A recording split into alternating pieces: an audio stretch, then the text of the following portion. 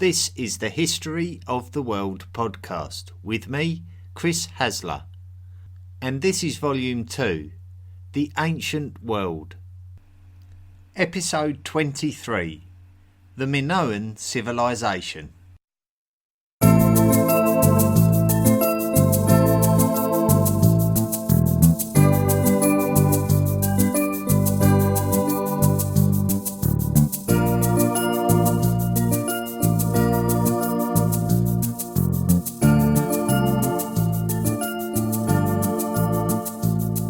The location for this week's podcast is the island of Crete.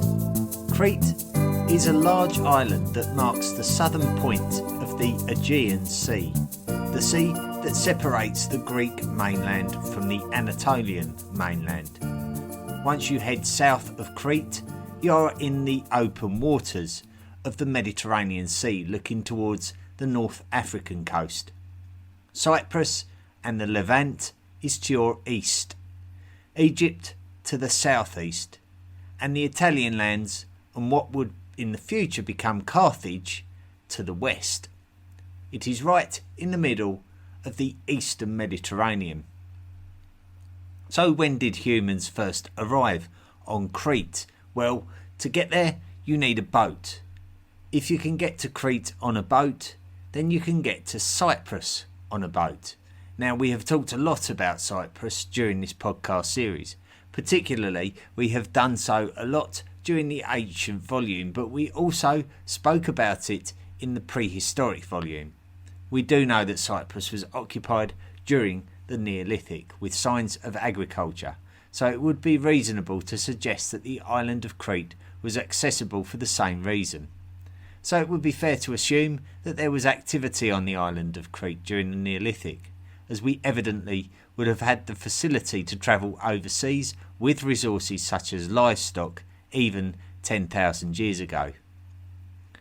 Professor Thomas F. Strasser of Providence College in Rhode Island led a team of archaeologists to two sites in the south of the island of Crete in 2008 and 2009.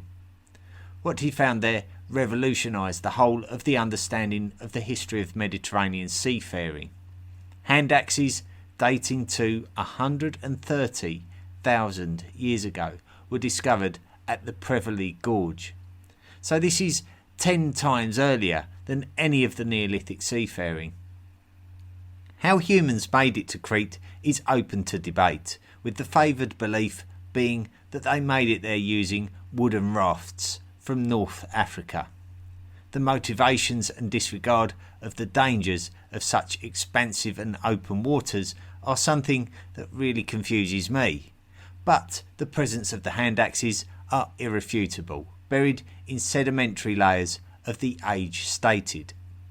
We don't have a reason for the migration, and we don't have anything to suggest presence between this period and the Neolithic. What we do know about Crete and also about Cyprus is that both islands did have their own indigenous fauna before the Neolithic, and that these animals evolved in a similar way to those that we encountered on the Southeast Asian island of Flores, where not only did we encounter Homo floresiensis, a small species of human, but we also encountered stegodon elephants, a small species of elephant. Now, these small species are now extinct, but they are an example of island dwarfism, which can occur when large animals have limited resources and the small animals which require less energy to survive will ultimately survive. This also happened in Cyprus and in Crete. Dwarf hippopotamuses existed on both islands, as well as dwarf elephants. We know that these animals were gone by the Neolithic. So could Neolithic humans have been responsible for their disappearance? We do find that over and over again, Homo sapiens is standing in the dock attempting to defend itself regarding the demise of other fauna species, both human and otherwise. Nonetheless, Neolithic humans did arrive with their newfound agricultural way of life. It may be that by around 6500 BCE, human occupants were cultivating cereal crops, raising ungulate livestock, and producing basic ceramics. While Cretan society was existing successfully, a culture was emerging to the north on the Cyclades Islands, which lie between mainland Greece and Anatolia and directly north of Crete. This Cycladic culture were also agricultural, but they were very much a player in the trade network game as early as 3000 BCE. We can see that items created using Cycladic material had travelled away from the islands, but we can also see that ceramics from the Cyclades had made it to Crete, so we can see that the Cretans were quite familiar with their neighbours to the north. We can also determine that mainland bronze was filtering onto the Cyclades and in turn Crete. It is quite difficult to label a time period when the Minoan culture of Crete began. It would be like asking when the Sumerian culture of Mesopotamia or the Egyptian culture of the Nile Valley began. These people were always there, evolving their lifestyles, developing their skills, expanding their networks, and maturing their culture. The term Minoan is a name attributed to the people of Crete by Greek mythologists, and we have no reason to believe that a significant migration onto Crete took place, so the Minoans may well have just been the residents of Crete all along.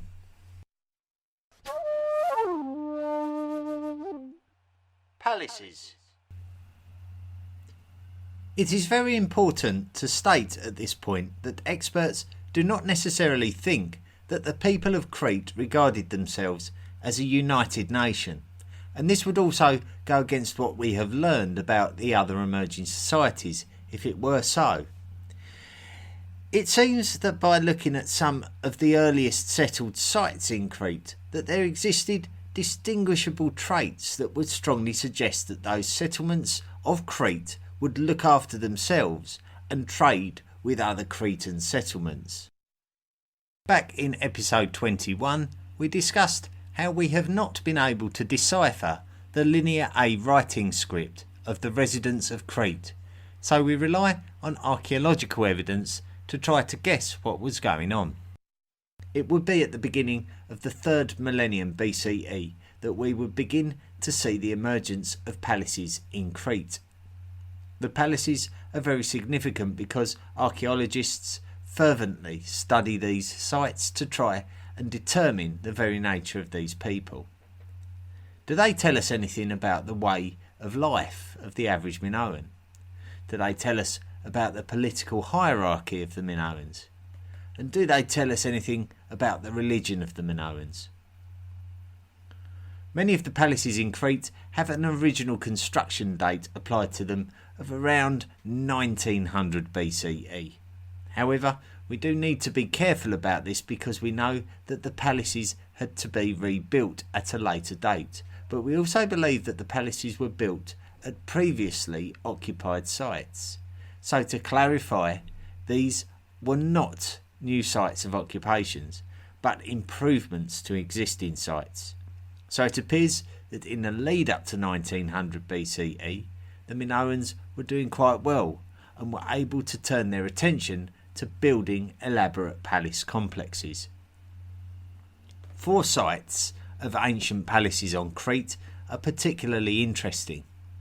The archaeological sites of all 4 are still there today, and you can visit them all. The most well-known one is at Knossos. It is also the biggest and not too far from the site of Malea to its east. There is a palace site in the southwest of the island called Festos, and another is right on the east coast at Zakros. The location of Zakros is very interesting as it is a short walk from the eastern shores and facing the waterways towards Egypt. drains and a cistern were constructed here, and some claim that there would have been a population limit here due to the lack of agricultural fertile land. So, for many, the proximity to the sea was essential, as this particular site would have needed to trade well to gather resource. So Zakros could have been a trade link for the agriculturally rich Egyptians to trade with the other Cretan sites and the Cycladic ceramic producers. The sites at Festos, Malea and Knossos were considerably bigger, with the site at and around Knossos being the home to tens of thousands. We can't be completely sure why all of these palace sites appeared to be enhanced simultaneously around the same time, 1900 BCE. Could it have been that 4 different kingdoms had emerged on the island and that it was agreed that capital cities should be built? Did the Minoans believe that foreign visitors needed to be shown the importance of Cretan civilisation in order to show it the respect that it deserved? Or could it have been that there had been a migration of peoples to the island of Crete, and this was the result of the population boom and the change of culture? The palace site at Knossos is absolutely considerable. It was constructed around a large central court and would grow to contain around 1,300 rooms. Evidence of staircases point towards multi-storey buildings.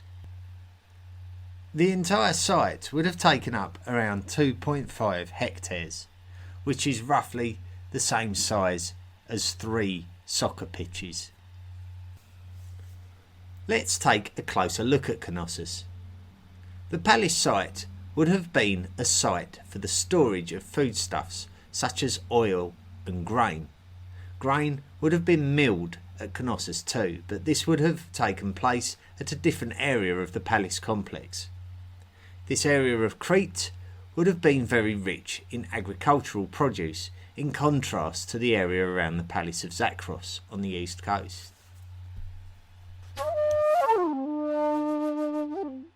Frescoes.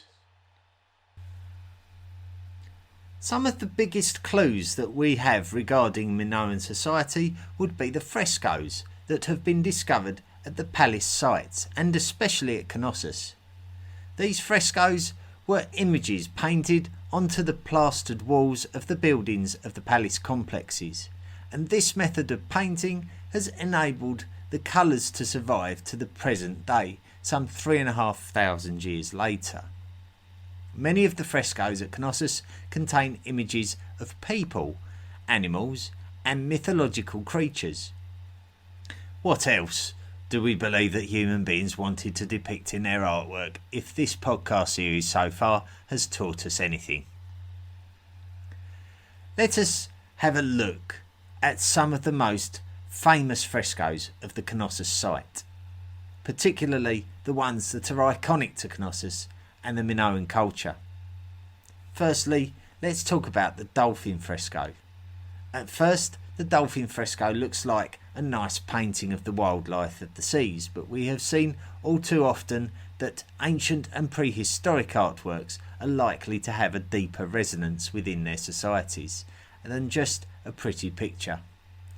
Now, I am finding it difficult to find any evidence of a categorical reason for the painting, so I have to take a punt, and I do believe that this definitely links the people of Knossos not only to their seafaring lifestyle, but also their probable desire to hunt the animals of the sea. Dolphins are the notable and large animals depicted on the fresco, but a great number of fish, both large and small, and of different colours, accompany the dolphins.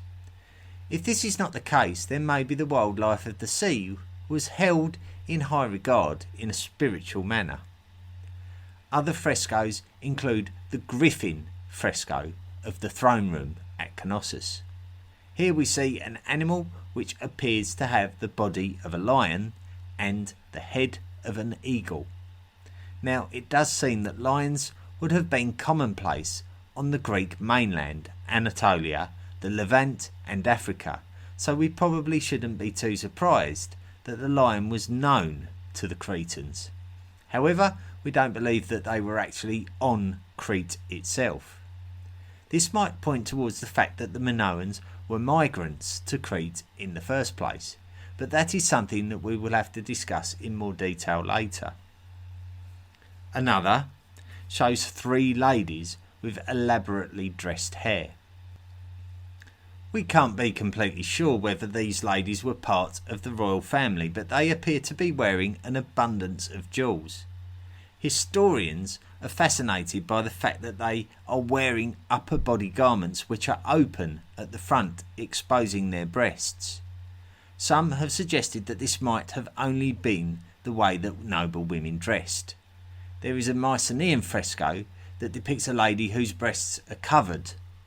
My gut instinct is that it doesn't have any particular meaning and it's just what Minoan women wore, in the same way that it appears that Minoan males wore kilts. It was just a fashion choice. It was surely in no way a demeaning factor in a sexist way, as it does appear that there was more egalitarianism on this level in Minoan society, as demonstrated in the bull leaping fresco. The bull leaping fresco demonstrates what could be described as sport, with an individual performing an acrobatic act atop of a bull. This was undoubtedly extremely dangerous and something that's never appealed to me as a fun pastime. However, it is believed that this was a sport for men and women alike, and it has been speculated that they may have competed in teams. Frescoes of what appears to be boxing matches have also been discovered, which points towards that Greek competitiveness that would give rise to the Olympic Games just a few centuries later. We can see bull leaping in the modern world, in the south of France and in the north of Spain. Mythology. The bull was very important to the Minoans and was depicted more frequently than one might expect, so it likely held a sacred or an important role in Minoan society. Ultimately, the bull would also become immortalised in Minoan mythology, thanks to the Greek story of the Minotaur in the labyrinth. Now, you may remember that I mentioned Zeus, the Greek god of the sky, back in episode 10, which tackled the religion of Canaan and Phoenicia. The reason we mentioned him was because he is regarded as the father of Heracles. Another of Zeus's sons was called Minos, and he would become the king of Crete. Minos' uncle was Poseidon, the god of the sea.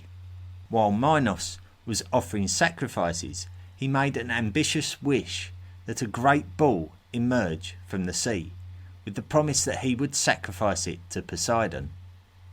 The bull appeared, but Minos kept it for himself. As a punishment, Poseidon would arrange for Minos' queen, Pasiphae, to become impregnated by the bull.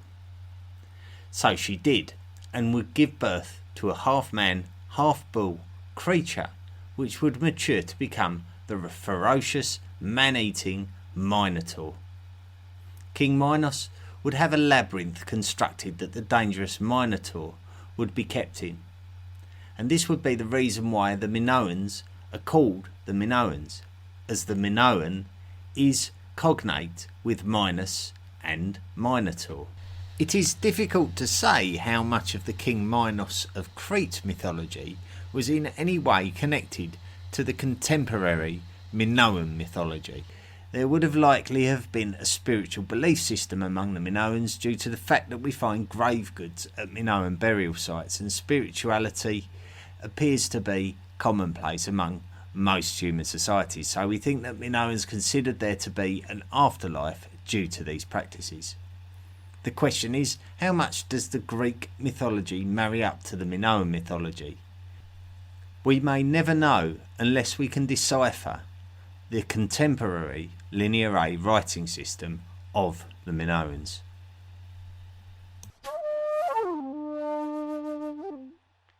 Festos disc. An artefact that has been recovered from the palace of Festos is a fired clay disc around 15 centimetres in diameter and inscribed with many symbols that are likely to represent a form of writing. The problem we have is that we do not recognise the writing. It's not even like the traditional Minoan linear A script, even though the item appears to date from the Minoan period. The symbols adorn both sides of the disc and are written in a spiral from the outside to the middle. There has been so much debate about this artefact that I wouldn't even want to speculate about its purpose, about what it says, or its place of origin. As ever, with anything like this, I would encourage you to look at the artefact yourself with a speculative mind. The one thing that can be said about it is that the characters impressed into the disc appear to have been done so with stamps that appear to have been reused for similar characters, so experts have deemed this to be the first artefact with movable printing type. However, in reality, it would be better described as a precursor to movable type. Writing systems relating to Crete are actually rather more complicated than it may initially appear. A style of hieroglyphic writing existed on Crete which is referred to as Cretan hieroglyphs. It predated linear A, but also was used alongside it before becoming obsolete. So the relationship between the two is unclear.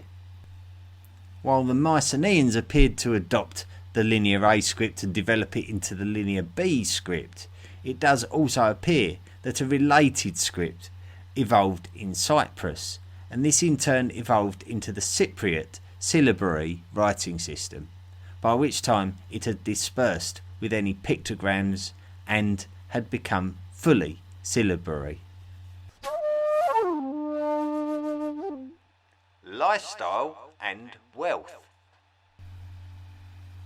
Now that we've taken a look at the writing, let us go back to the content of the frescoes and explore the mysteries behind the images. You may recall that we spoke of the bull leaping traditions, including females, demonstrating that egalitarianism was more apparent in Crete than in some other ancient societies. The highly decorated females in the fresco, called Ladies in Blue, also appears to be a celebration of the female gender. Experts suggest that females held the same status in Minoan society as men, with the royal lines being matrilineal. Minoan society also had goddesses, which are often featured on ceremonial objects and grave goods. The most popular of these appears to be the snake goddess. We know of this particular goddess thanks to the figurines that have been discovered that were interestingly made of faience, which is a glass-like material often attributed to the creations of the prehistoric and ancient Egyptians. The snake goddesses were dressed with breasts exposed, the same as the ladies of the Ladies in Blue fresco. So this style of female dress appears to be a regular Minoan style. The societies of Crete from this period are undoubtedly very advanced. The palace sites actually contained drainage systems which would have been essential in such a tightly packed settlement such as the palace complex of Knossos. Irrigation techniques would have been well known, so a simple drainage system should not be regarded as something too extraordinary. If anything, it demonstrates a relatively peaceful lifestyle that enabled societies to settle comfortably and unchallenged, enough that they could build an impressive and satisfying settlement. Minoan culture is also known for its jewellery and ceramics. Artisanry would have been to an admirable standard, including jewellery made using the Nubian gold imported from Egypt, ivory and faience sculptures, items made from bronze and beautifully decorated ceramic pots and vessels, some of which containing perfumed oils. The oils were cultivated by those workers with no artistic skill, alongside wines also produced in the olive orchards and vineyards. The timber of Crete would have been very useful in the construction of the boats that would give the Minoans their link to other cultures, such as the Cycladic people on the islands of the Aegean Sea and their neighbours on the Greek and Anatolian mainlands, and to the societies of North Africa, Cyprus and the Levant to the south and east. Minoan frescoes have been found in the Egyptian lands of the Nile Delta, although it has been very difficult to pinpoint whether these were erected by the Hyksos or the New Kingdom Egyptians, and it's difficult to work out why they are there, but they are indisputably related to the Aegeans, if not the Minoans, with bull-leaping themes represented among others. The success of the Minoans is also represented by their settlements away from Crete.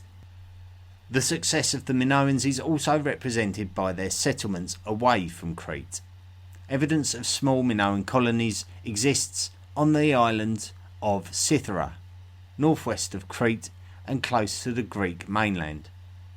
Minoan architectural styles have been identified on the island of Milos in the Cyclades. The people of the island of Rhodes, to the northeast of Crete, would have had a strong link with the Minoans. And we can even see a strong Minoan influence on the ancient Greek city of Miletus, which is on the Anatolian mainland. So Minoan influence extended beyond Crete's own coast. Thera. Another considerable site of Minoan influence was the island of Santorini, which is one of the southernmost islands of the Cyclades. One look at the island of Santorini from above gives us evidence of what happened during its history. The island surrounds a caldera.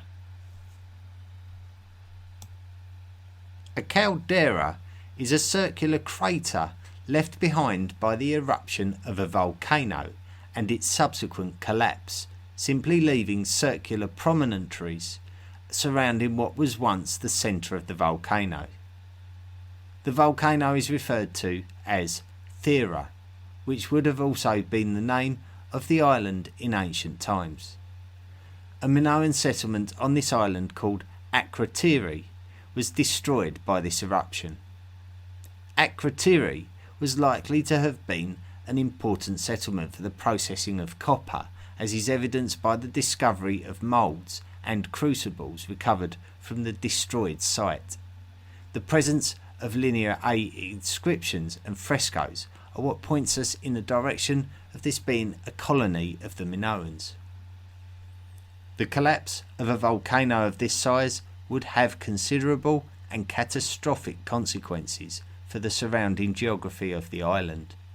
Subsequent earthquakes and tsunamis would have been certain, so we have to look for evidence of consequences.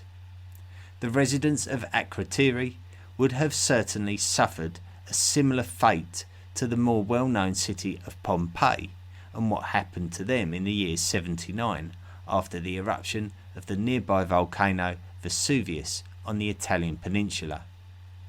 Such is the sketchiness of ancient timelines that it is difficult to state the widespread impact of Thera on the surrounding world. Certainly one of the societies that would have felt the impact of the eruption the most would have been the Minoans of Crete. However, we don't have any written evidence of the events of this period, and if we did, we wouldn't be able to read them anyway. A layer of fallout ash would have landed on Crete, certainly the eastern half of the island, but it is not thought to have been as severe as originally speculated. Historians suspect the impact of the certain tsunami that would have occurred due to the sheer amount of sedimentary material falling into the sea would have been more notable. Certainly the site of Knossos is a good distance away from the north coast and on raised lands, so this could have saved the site from destruction. However, there is evidence of the rebuilding of palaces on Crete sometime around 1700 BCE. However, the theory of eruption is suggested to have happened sometime between 50 and 150 years after this date, so the reconstruction of the Minoan palaces may have happened following an earthquake. We're just not completely sure. The disappearance of the island of Thera must have seemed like an incredible act of the gods when it happened. Such was the greatness of the geological impact. It would have been something far beyond human imagination. It has even been speculated that Thera could have been the actual location of Atlantis, the mythological island that disappeared into the sea, although Plato did claim that the mythological Atlantis was in the Atlantic Ocean. So if Thera did erupt after the wonderful reconstructions of the Minoan palaces, then we have to consider that it may have had a significant impact on the eventual fate of the Minoans. It is possible that the lifestyles of the Minoans were disrupted significantly. Even if Minoan settlements were not destroyed by the aftermath, it could be that enough disruption was caused to their trading partners to hurt their own economy at least. Ultimately, it was around the year 1400 BCE that we see Minoan palaces destroyed by fire. And we're not completely sure what happened, but this ended the golden age of the Minoans.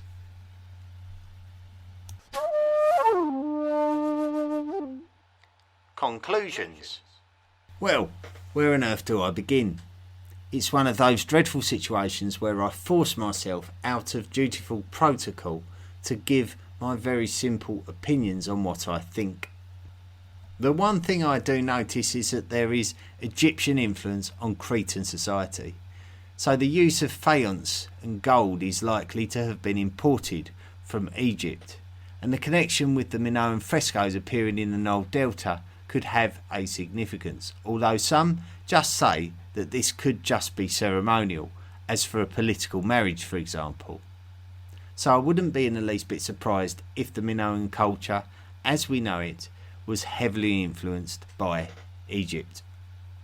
I would even go so far as to say that the existing Cretan population may have been added to by migrating Egyptians, possibly during the first intermediate period, and possibly bringing hieroglyphic writing styles. I also think that Minoan culture must have been somewhat fragmented, so it would have been an island of city-states. Crete is a large island, and it would have taken some time to travel from one palace to another. The fact that a second writing system emerged on the island that was much more modern than the Cretan hieroglyphs points towards an island of similar but distinct societies. There can be no way that such a mighty catastrophe such as Thera volcanic eruption and subsequent collapse would not have had major consequences for the local area, and it could be that Minoans migrated towards Cyprus, which could explain the similarity in script. It is difficult to imagine that they would have all just simply stayed on Crete if they felt that they were in danger, and especially if agricultural land had been destroyed by tsunamis, for example.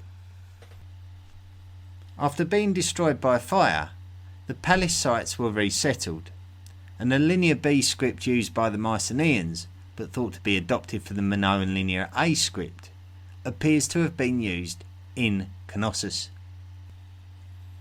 The Mycenaeans appear to have occupied Minoan sites and appear to have impressed more of their own culture on the Minoan sites and people, and we see more Mycenaean architecture after 1400 BCE, which is more or less the traditional date given for the decline of the Minoans. So next week we're going to take a look at the Mycenaeans, who played such an important role in the decline of the Minoans, and the very same Mycenaeans who are believed to have disappeared during the late Bronze Age collapse, which we have already previously covered. So hopefully we can tie together some more loose ends. Thank you very much for listening to this week's first podcast about ancient Europe. We're not staying here for long. We're going to talk about the Mycenaeans, and then after that we're going to have an episode that I originally didn't plan for, but I have come around to the idea that I think it's a good idea, and it's going to be about the Trojan War. So that's what the next two episodes have in store. A small bit of news: we're now on Instagram, so you can follow the History of the World podcast on Instagram. The handle is the History of the World podcast, all one word. There isn't a great deal on there at the moment. I've not been getting out much lately, so I haven't had an opportunity to take many pictures, but once I do, I shall be sure to share them with you. Now, please don't forget, as ever, that you can support the podcast by joining our Patreon page and offering to make a monthly donation. It's very simple, and you can offer as little or as much as you like, and it really does help to keep the podcast going. So if you visit the website, the History of the World podcast website at historyoftheworldpodcast.com, then you can go and visit the Patreon page. But if you're unable to make any financial contribution towards the project, then please do not forget to rate and review us on your chosen site where you listen to the podcast. So rate and review, very, very important. Please at least very much consider that if you cannot make any kind of financial donation. Other than that, the podcast is and should always be free of charge to listen to. Don't forget also that we have a discussion forum where you can come and continue the discussion about the content of the History of the World podcast episode. So this doesn't have to be the end of the discussion. When the podcast ends, you can come along to the discussion forum, put forward your point of view, ask any questions, and see what the History of the World podcast community have got to say in response. I'm always involved, and I'm always happy to respond to anything I see on there, so I'm very much part of the discussion on there as well. So it's somewhere to come and continue the discussions. Now, this week was a very special week for the History of the World podcast. Last Monday was our first birthday. It was the anniversary of the start of the podcast, which happened a year ago last Monday. June the 24th 2018 was when we sent out our first podcast episode, and we've managed to successfully send one out every week since. I never thought I would be able to do that, but I've done it. Some weeks when I was away, obviously I had to sort of post something that was about 10 minutes long with me talking about something that wasn't particularly interesting, but it did keep the presence going. And now we have this will be the 55th podcast post, and out of those 55, I believe 47 have been proper episodes. So we haven't done too badly, and thank you everyone who has stuck with it, everyone who's interacted with it, everyone who's contributed towards its success. We've done it together ultimately, and thank you very much indeed. Let's hope that we're celebrating again in another 12 months. Now, I received a message on Facebook from a gentleman called Shane from Sacramento, California, and he just said, I found your podcast on the Apple platform. I'm a truck driver, so I get lots of time to think about everything. And he goes on to discuss the connections with God and the Bible with our history. And it's quite an interesting post. He just said, I wanted to say hi, you're doing a great job.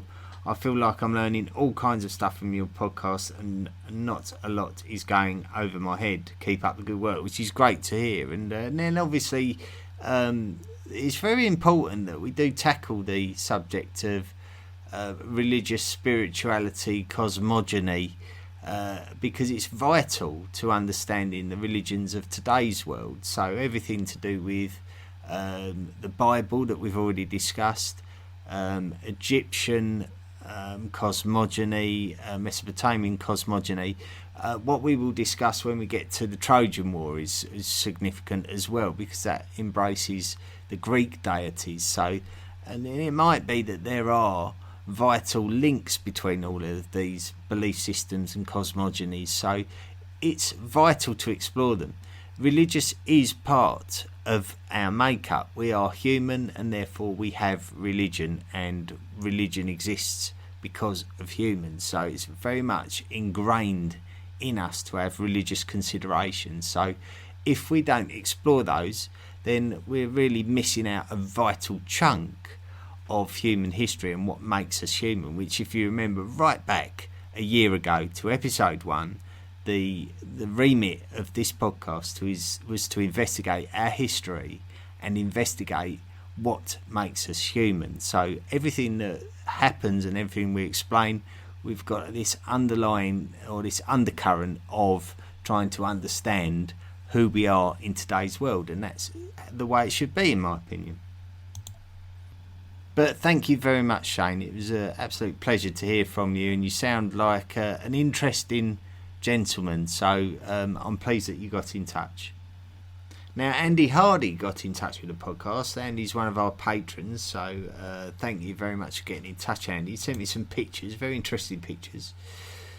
He says, I've become very interested in the origins of the first Australians recently, following a visit to caves near Chilligary in far north Queensland with a family who are locals there last October. One of the things that amazed me is shown in the photos below, which my cousin called cave varnish. It's a rock that has been rubbed smooth and looks almost varnished in appearance, because for 50,000 years, or so they say, people have sat in that spot, cool and shady, under the rock ledge that forms the cave, to look out across the landscape and at the dreaming artwork that is painted in ochre on the cave roof. It's absolutely fascinating. I shall endeavour to post a picture of this on the social media pages, but if you get the opportunity to look at it, then maybe you know better as to what it is, and you can maybe get in touch with the podcast and let us know exactly what it is. It might be a good excuse to post a photo on Instagram perhaps. So we'll do that, and I'm sure Andy will be in touch if he can confirm one way or the other whether his story is true. But absolutely brilliant. It's the kind of thing that we want people to do and send in to us here at the History of the World podcast, and we can explore these ideas and discuss them together, and I'm sure we'll all find it very interesting. So thank you very much, everyone. That's it for another week, so we're going to sign off now. Next week, the Mycenaeans of mainland Greece, these people who we've already tackled before briefly during the Late Bronze Age collapse episode. That's way back in episode 6. So before next week's episode, you could go back and have a quick refresher from episode 6. But that's who we're talking about next. The Mycenaeans, the people who supplanted the Minoans in Crete, the people who disappeared during the Late Bronze Age collapse, and the people who are linked to the Trojan War, which is going to be the episode we do in 2 weeks' time. So a lot to look forward to. However, until then, don't forget, visit the website, go and explore all of the interesting stuff on there. Don't forget, rate and review the podcast or make a donation to keep it going. Until next week, have a fantastic week, everybody. The History of the World podcast is available on many different podcast platforms, so please don't forget to rate and review us wherever you find us. Visit our website at historyoftheworldpodcast.com and email us at historyoftheworldpodcast@mail.com. Support the podcast at Patreon by clicking the Support the Podcast link at our website, and join us on social media at Facebook, Twitter and Tumblr.